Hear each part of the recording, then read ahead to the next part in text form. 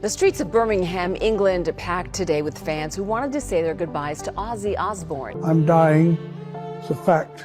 There's no need for a doctor to tell me. That farewell performance was something I insisted on doing. I don't want to disappear silently. I have to say goodbye in person. The story of Thelma Riley and Ozzy Osbourne begins not in the glittering lights of a sold-out arena, not on the covers of magazines, and certainly not in the grandiose mythology that would one day surround Black Sabbath. It began in the quieter, more intimate corners of Birmingham, in a small nightclub that smelled faintly of beer and cigarette smoke. The rum runner was unremarkable to anyone who had not yet seen the storm that was Ozzy Osbourne, a singer with a voice raw and electric, whose future was already pulsing with the energy of rock and roll's first wave. Thelma Riley was 18, working behind the bar, her hands busy but her mind always alert, her laughter bright enough to cut through the haze of nightly chaos. She was grounded, practical, and unexpectedly magnetic, though she could never have guessed the magnitude of the storm she would step into. When Ozzy first saw her, there was no fanfare, no grand entrance or premeditated plan.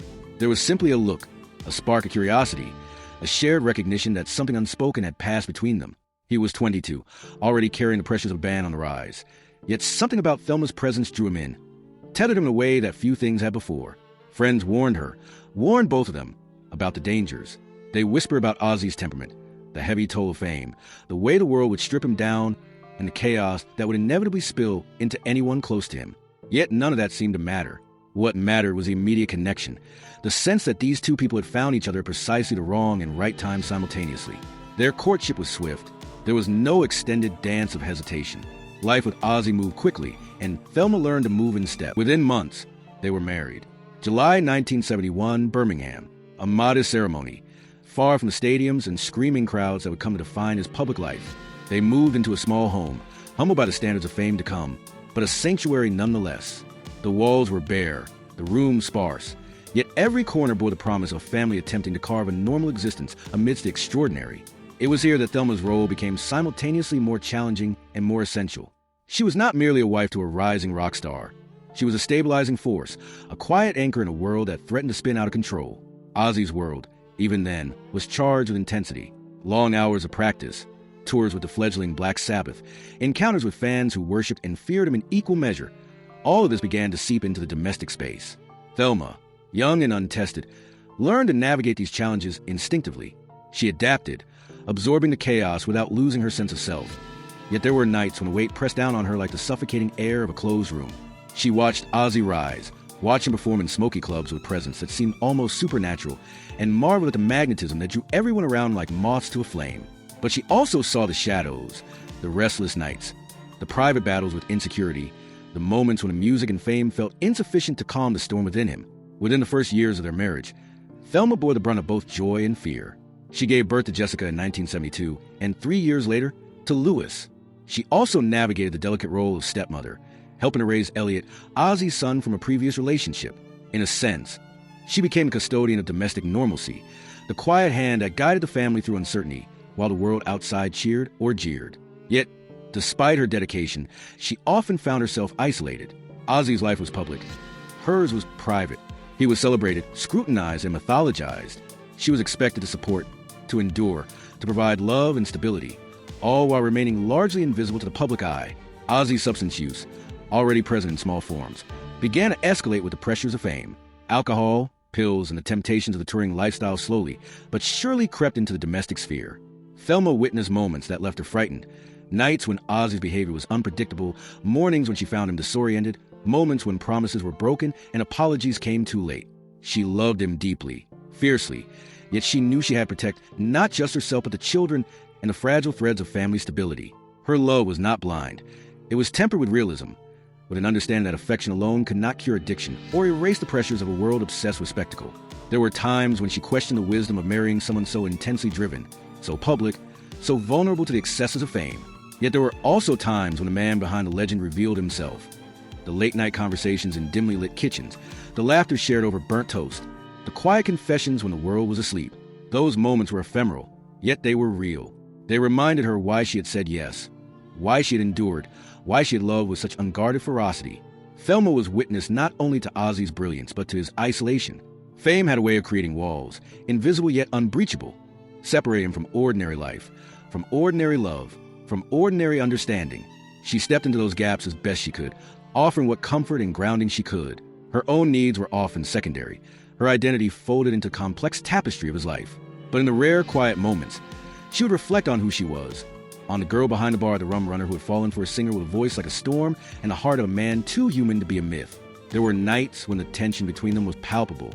Arguments flared over the smallest provocations, sometimes fueled by exhaustion, sometimes by the invisible pressures that fame brought. But there were also moments of extraordinary tenderness. Him holding her hand in the darkness, her leaning against him in shared exhaustion, the two of them laughing until their sides ached at private jokes no one else could understand. This was the duality of their early years. Joy and despair, brilliance and fragility, love and fear entwined so completely that separating one from the other seemed impossible. As Black Sabbath rose, so did the complications. Tours became longer, audiences larger, media scrutiny relentless. Thelma found herself negotiating the impossible, remaining loyal to her husband, present for her children, and guarding the fragile home life from the storm outside.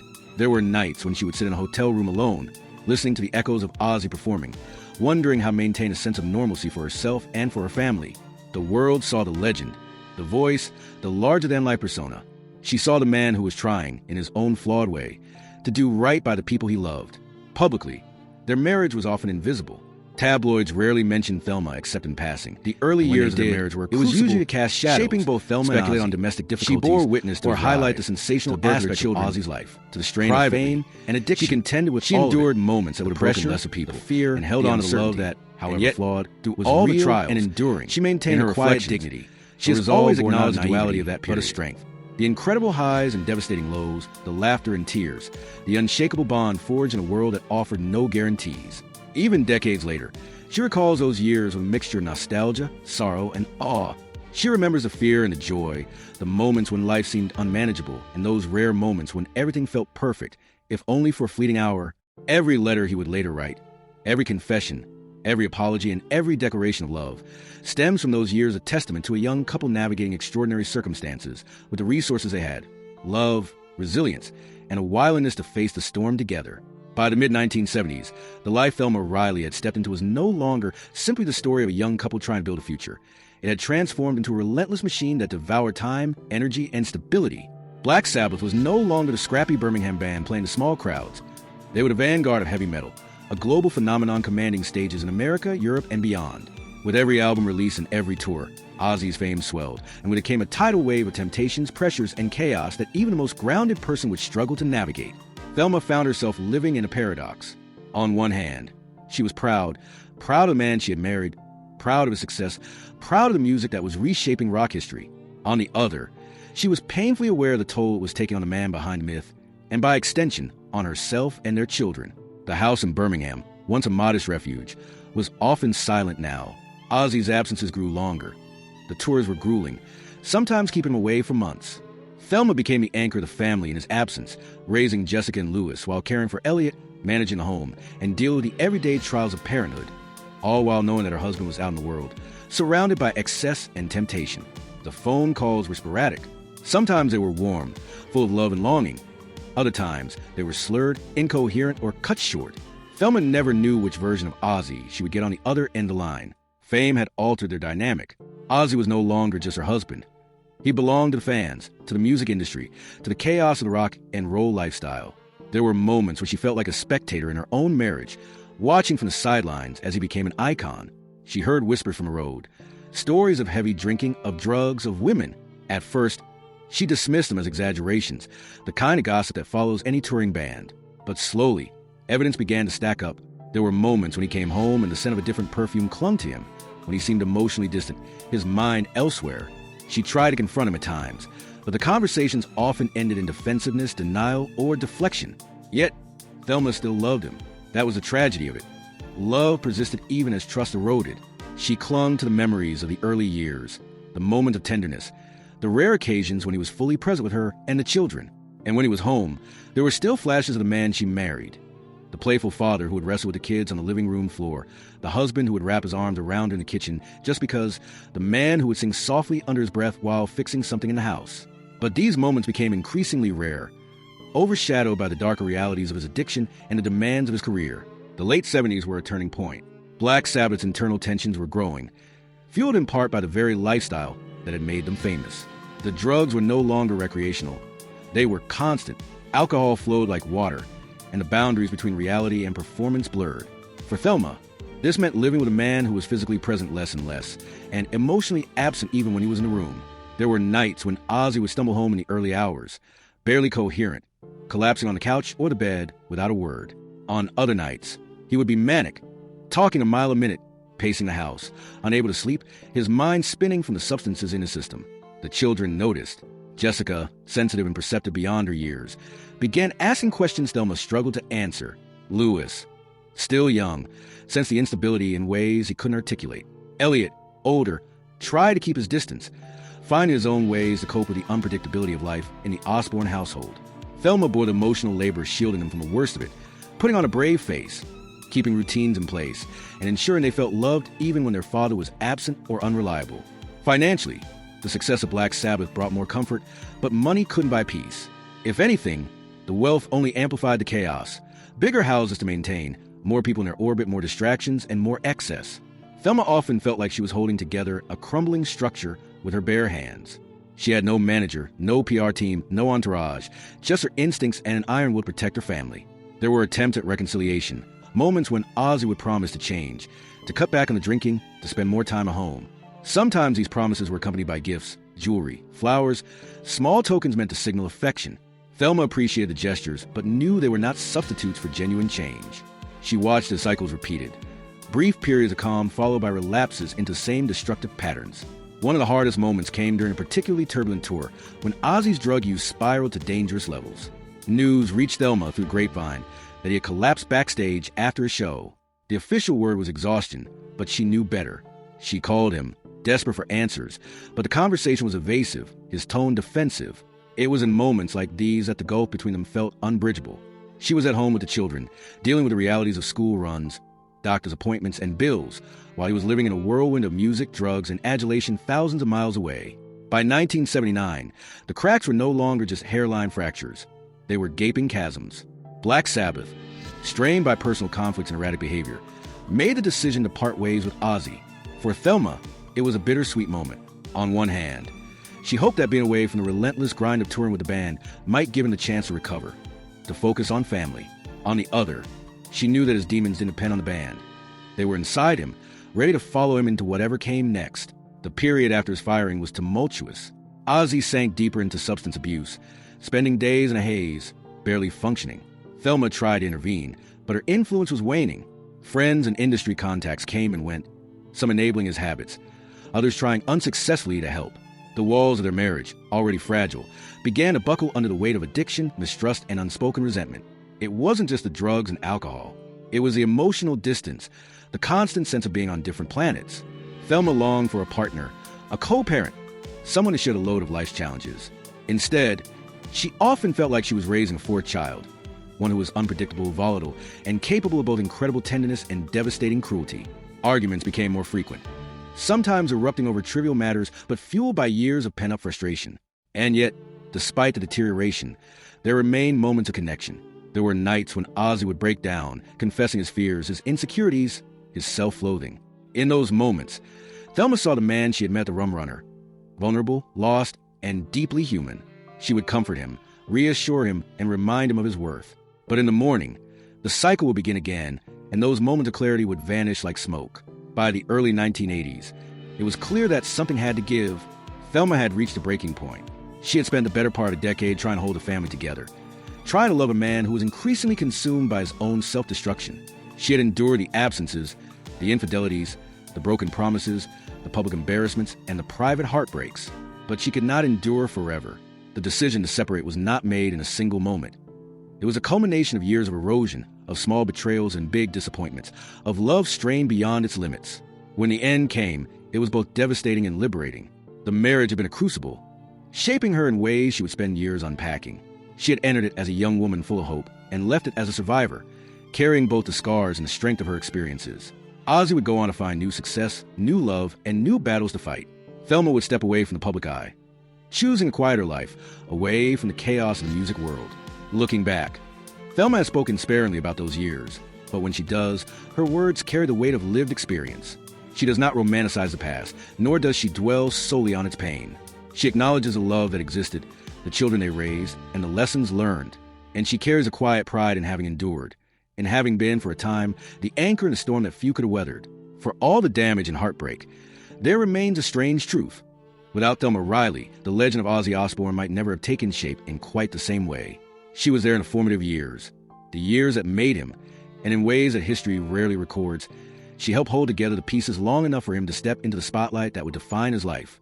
Her story is not just one of loss. It is one of resilience, of love's complexity, and of the quiet heroism of those who stand beside greatness and survive it. It had been years since their marriage had officially dissolved, but the echoes of that life together lingered in the quiet moments she tried not to dwell on. After the final papers were signed, after the public statements of mutual respect and best wishes, there was a silence, deafening in its stillness, that forced her to face a truth she'd been avoiding for decades. No matter the distance, Ozzy was part of her blood, woven into her every memory. She tried to move on, tried to start a life that wasn't colored by the chaos of tours, scandals, and hospital visits. But the world never allowed her to fully escape. His voice still found her, whether in a passing song on the radio or the careless mention of his name by a stranger who didn't know who she was. She had been the first Mrs. Osbourne, the one who'd loved him before the world claimed him. That was a title no one could erase. The years after the split were not the clean break she might have hoped for. There were phone calls, late-night drunken ramblings from hotel rooms halfway across the world, sometimes tender, sometimes cruel. There were moments she thought they might somehow find a way back to each other, but then there were weeks, months even, where he'd disappear into a haze of substances, and she'd hear nothing at all. Friends would tell her about his new escapades, the women, the fights, the moments of collapse, and she would pretend she didn't care. She got good at that, pretending she didn't flinch when his name came up in the tabloids, pretending she didn't save every clipping, pretending she didn't notice how his eyes had changed in photographs, how the sharpness dulled and the sparkle became something more haunted. And then came the years when the public started to notice his decline. The shaky performances, the canceled tours, the rumors of failing health. She watched from the shadows, never calling him directly, but making sure someone in his circle knew she was asking. The reports came back mixed. Sometimes he was doing better, sometimes worse. There were brief upticks in his career, moments when he seemed to have wrestled control back from the addictions that had claimed so much of their life together, but they never lasted. She understood better than anyone that addiction wasn't something you beat once and for all. It was a shadow that followed you, always waiting for the right moment to pull you under again. The news of his final decline didn't come as a shock. There had been whispers for months that his body couldn't take much more. Friends told her that even when he smiled now, it was with effort, like the act itself was too heavy. But knowing the end was near and facing it were two different things. The day she got the call, it was early morning. The phone rang in that jarring way that always seems to signal bad news, and when she heard the voice on the other end, she knew before they said the words. He's gone. That was all it took. 2 words, and 30 years of memories came crashing down on her like a wave she couldn't fight. She didn't cry right away. Instead, she sat at her kitchen table, the same one she'd had for years, staring at the steam rising from the cup of tea she'd just poured. It felt wrong, somehow, that the world hadn't stopped. Outside, traffic moved, birds sang, and a neighbor's dog barked. Inside, her heart was breaking quietly, privately, because even though he wasn't hers anymore, part of her would always belong to him. She didn't rush to make a public statement. That was for others. Sharon, the kids, the bandmates. Those were the voices the world expected to hear. Her grief wasn't for public consumption. In truth, she wasn't sure she could put it into words without betraying feelings she kept buried for years. When the time came, she issued a short message through a mutual friend. I will always remember him as the man I first met, the man with the wild eyes and the boundless dreams. It wasn't enough, but it was all she could manage without falling apart. What she didn't tell the world was that later that night, she sat on the floor of her bedroom surrounded by old boxes she hadn't opened in decades. There were photographs, some faded, some still sharp.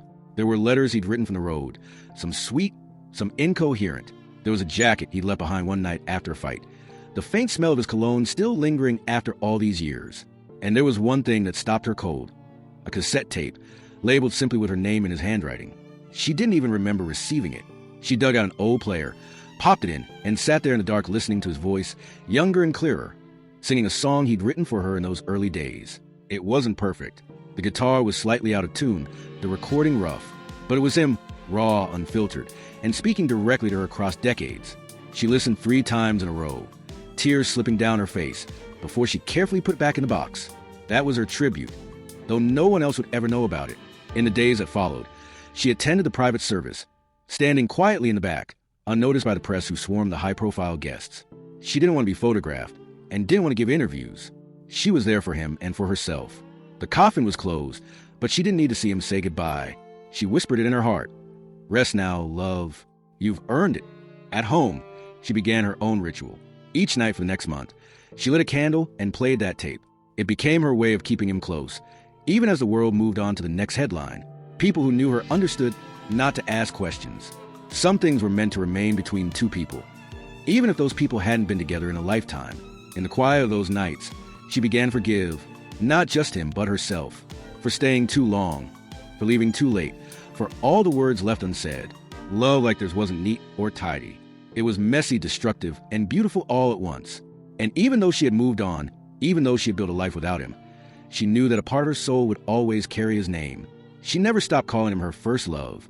She never would.